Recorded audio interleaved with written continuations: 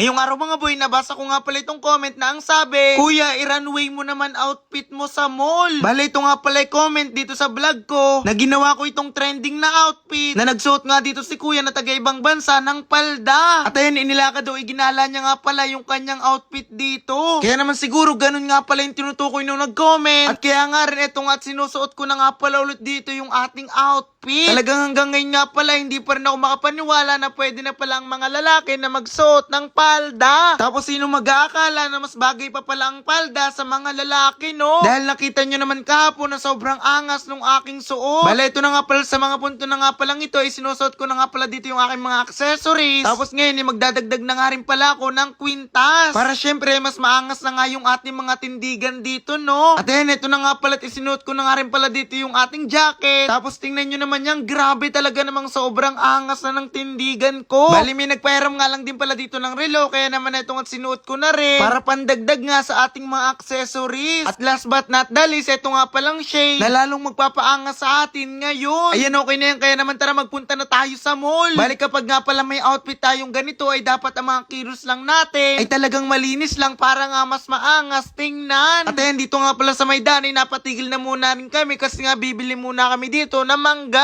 Bali, nagpicture na nga rin pala ako dyan tapos nagpostura na nga ako na talagang parang professional lang. Tapos habang nasa daan nga pala ay talaga namang napansin pa ako dito. Kahit nga nasa loob na ako ng sasakyan dahil nga siguro dito sa ating outfit ngayon. Ayun, grabe naman yan, talaga namang tuwang-tuwa nga dito yung mga nakasakay sa jeep. Pero bago natin ipagpatuloy ang video ay share ko naman muna sa inyo si PH Pierre. Si PH Pierre nga ay bagong laro na kung saan ay pwede kayong manalo ng ganito kalaking pera. Paalala na ang laro na ito ay bawal sa bata. At ito nga ay para sa mga may gusto lang. Ayun nga, subukan nating laruin itong aking paboritong Fortune Gems na laro. At ayun, sa unang spin pa nga lang natin dito ay talaga namang panalo na agad.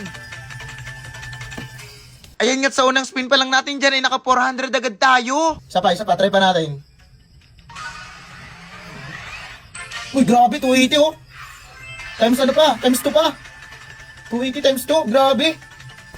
Talagang dalawang ano pa lang natin, dalawang pindot pa lang. Pumalda na agad. 560, grabe yung 50 natin, 50,000 yung pera natin ngayon. Oh, diba grabe, kung gusto mo rin maglaro ay click mo lang yung link na nasa aking comment section. So yun na nga mga buenos, so ito nga pala, nandito na nga pala kami ngayon sa mall at ayan, medyo ginabi tayo. Ayan, pero maglalakad nga pala tayo dyan at titingnan natin kung talaga bang nakaka-attract itong ating outfit ngayon. Grabe, tingnan nyo naman, kasi nga sabi doon sa napanood natin is yung mga ganito daw at outfitan is nakaka-attract talaga, lalong-lalo na kapag nakaganto mga postura mo lang. So that mga seryoso ko lang pag ganito.